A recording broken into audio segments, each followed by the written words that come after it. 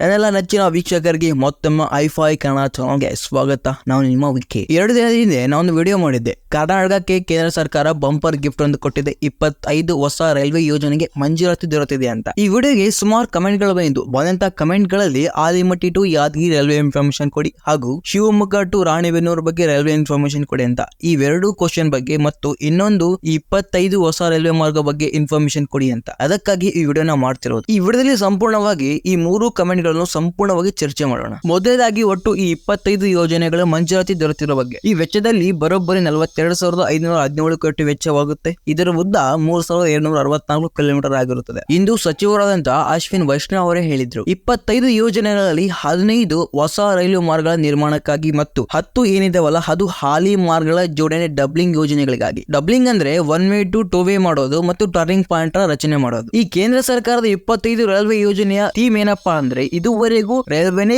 ಕಂಡಿರ್ತಕ್ಕಂತಹ ಊರುಗಳಿಗೆ ಅಲ್ಲಿರುವಂತಹ ಸುತ್ತಮುತ್ತಲಿನ ಜನರಿಗೆ ರೈಲ್ವೆಯ ಸೌಲಭ್ಯವನ್ನು ಕಲ್ಪಿಸುವುದು. ನಾನು ಅವಾಗ ಹೇಳಿದಾಗೆ ಈ 25 ಯೋಜನೆಗಳು ಮಾಹಿತಿ ಇನ್ನೂ ಬಂದಿಲ್ಲ. ನಿಮ್ಮೊಂದು ಕ್ವಶನ್ ಯಾವ ರೀತಿ ಇದೆ ಅಂದ್ರೆ 15 ಹೊಸ ಮಾರ್ಗಗಳು ಯಾವ್ಯಾವು ಅಂತ ಕೇಳ್ತಿದ್ರು ಮತ್ತು 10 ಹಾಲಿ ಮಾರ್ಗಗಳ ಡಬ್ಲಿಂಗ್ ಕಾಮಗಾರಿ ಯಾವ ಊರುಗಳ ನಿಲ್ದಾಣಕ್ಕೆ ಮಾಡ್ತಿದ್ದೀರ ಅಂತ. ಅದ್ರ ಬಗ್ಗೆ ಇನ್ನೂ ಮಾಹಿತಿ ಸಿಕ್ಕಿಲ್ಲ. ಮಾಹಿತಿ ಸಿಕ್ಕ ಮೇಲೆ ತಪ್ಪದನ್ನ ವಿಡಿಯೋ ಮಾಡಿ ಹಾಕ್ತೀನಿ. ನೆಕ್ಸ್ಟ್ ಕಮೆಂಟ್ ಬಂದ್ಬಿಟ್ಟು ಆಲಿಮಟ್ಟಿ ಟು ಯಾದಗಿರಿ. ಈ ರೈಲು ಮಾರ್ಗದ ಮಾಹಿತಿನ ನಾನು 1.5 ತಿಂಗಳ ಹಿಂದೆನೆ ಮಾಡಿ ಹಾಕಿದ್ದೆ. Alimatti to Yadgir railway information ನಮಗೆ ಸಿಕ್ಕಿರುವಂತಹ ಮಾಹಿತಿ ಪ್ರಕಾರ ಈ ಮಾರ್ಗವು ಉತ್ತರ ಕರ್ನಾಟಕದ ಆಲಿಮಟ್ಟಿ ಟು ಯಾದಗಿರಿ ನಗರಗಳ ನೇರವಾಗಿ ಸಂಪರ್ಕಿಸುವ ಉದ್ದೇಶ ದೊರೆತಿದೆ. ಹೌದು, ರೈಲ್ವೆ ಸಂಪರ್ಕವಿಲ್ಲದ ವಲಯಗಳಿಗೆ ಹೊಸ ಲಿಂಕ್ ನೀಡುವುದು ಇದರ ಉದ್ದೇಶ. ಇದರ ಉದ್ದ ನೋಡಿದ್ರೆ 162 ಕಿಲೋಮೀಟರ್ ದೂರವಿದೆ. ಇದರ ಸ್ಟೇಟಸ್ ಏನಪ್ಪಾ ಅಂದ್ರೆ 2022 ಆಗಸ್ಟ್ ನಲ್ಲಿ ಕೇಂದ್ರ ರೈಲ್ವೆ ಸಚಿವಾಲಯವು ಫೈನಲ್ ಲೊಕೇಶನ್ ಸರ್ವೆಗೆ ಅನುಮೋದನೆ ನೀಡಿದೆ. ಈ ಯೋಜನೆ ಆರಂಭಿಕ ಹಂತವಾಗಿದೆ. ಸಮೀಕ್ಷೆ ಪೂರ್ಣಗೊಂಡ ನಂತರ ಡೀಟೇಲ್ಡ್ ಪ್ರಾಜೆಕ್ಟ್ ರಿಪೋರ್ಟ್ DPR ತಯಾರಿಸಲಾಗುತ್ತದೆ. ಹಾಗಾದ್ರೆ ಈ ರೈಲ್ವೆಯ ಪ್ರಯೋಜನವೇನು? ಉತ್ತರ ಕರ್ನಾಟಕ ರೈಲ್ವೆ ಸಂಪರ್ಕ ಹೆಚ್ಚಾಗುತ್ತೆ.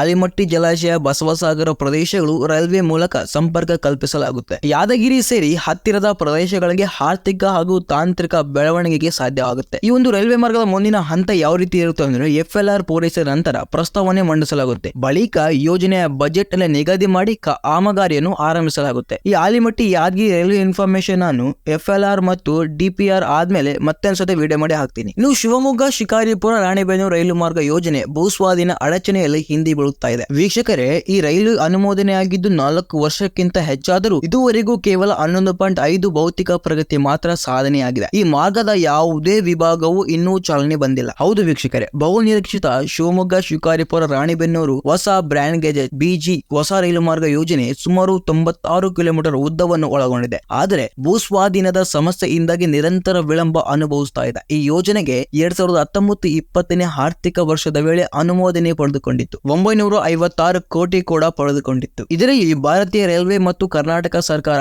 ತಲಾ ಅರ್ಧದಷ್ಟು ಮೊತ್ತ ಹೂಡಿಕೆ ಮಾಡಲಾಗ್ತಾ ಇದೆ. ಅನುಮೋದನೆಯಾದ 4 ವರ್ಷಗಳ ನಂತರವೂ ಕೇವಲ 11.5 ಭೌತಿಕ ಪ್ರಗತಿ ಮಾತ್ರ ಸಾಧನೆ ಆಗಿದೆ. ರೈಲು ಮಾರ್ಗದ ಯಾವುದೇ ವಿಭಾಗವನ್ನು ಇನ್ನೂ ಆರಂಭವಾಗಿಲ್ಲ. ಭೂಸ್ವಾಧೀನ ಸಮಸ್ಯೆ ಪ್ರಮುಖ ಅಡಚಣೆಯಾಗಿ ಉಳಿದಿದೆ. ಒಟ್ಟು ಅಗತ್ಯವಿರುವ 1,182.7 ಎಕರೆಗಳಲ್ಲಿ ಕೇವಲ 560.49 ಎಕರೆ ಅಂದ್ರೆ ಬರೀ 40% ಭೂಸ್ವಾಧೀನ ಪ್ರಕ್ರಿಯೆ ಪೂರ್ಣಗೊಂಡಿದೆ. ಅಂದ್ರೆ ಭೂಮಿಯನ್ನು ರಾಜ್ಯ ಸರ್ಕಾರ ರೈಲ್ವೆಗೆ ಹಸ್ತಾಂತರಿಸಲಾಗಿದೆ. ಇನ್ನು 822.21 ಎಕರೆ ಭೂಮಿ ಸ್ವಾಧೀನಗೊಳ್ಳಬೇಕಾಗಿದೆ. ಸ್ನೇಹಿತರೆ, ಅತಿ ಹೆಚ್ಚು ವಿಳಂಬವಾಗಿರುವಂತಹ ಭಾಗ ಶಿಕಾರಿಪುರ ಟು ರಾಣಿಬೆನ್ನೂರು ವಿಭಾಗ. ಇಲ್ಲಿ ಒಟ್ಟು ಅಗತ್ಯವಿರುವ 878 ಎಕರೆಗಳಲ್ಲಿ 815 ಎಕರೆ ಭೂಮಿ ಇನ್ನು ಸ್ವಾಧೀನಗೊಳ್ಳಬೇಕಾಗಿದೆ. ವೀಕ್ಷಕರೇ, ಈ ಯೋಜನೆ ಮುಂದೆ ಸಾಗದ ಪ್ರಮುಖ ಕಾರಣ ಎಂದರೆ ಅದು ಭೂಸ್ವಾಧೀನ ಸಮಸ್ಯೆ ಎಂದು ದಕ್ಷಿಣ ಪಶ್ಚಿಮ ರೈಲ್ವೆ ಅಧಿಕಾರಿಯವರೇ ತಿಳಿಸಿದ್ರು. ಅದರಲ್ಲಿ ಬಾಕಿಯಾಗದ ಪಾವತಿಗಳು, ದಾಖಲೆಗಳು, ಕೊರತೆ, ಅರಣ್ಯ ಇಲಾಖೆ ತೆರವು, ಸ್ಥಳೀಯ ವಿವಾದಗಳು ಇತ್ಯಾದಿ ಸಂಕೀರ್ಣತೆ ಹೊಂದಿದೆ. ಯೋಜನೆ ಮುಂದುವರಿಯಬೇಕಾದ್ರೆ ಈ ಎಲ್ಲಾ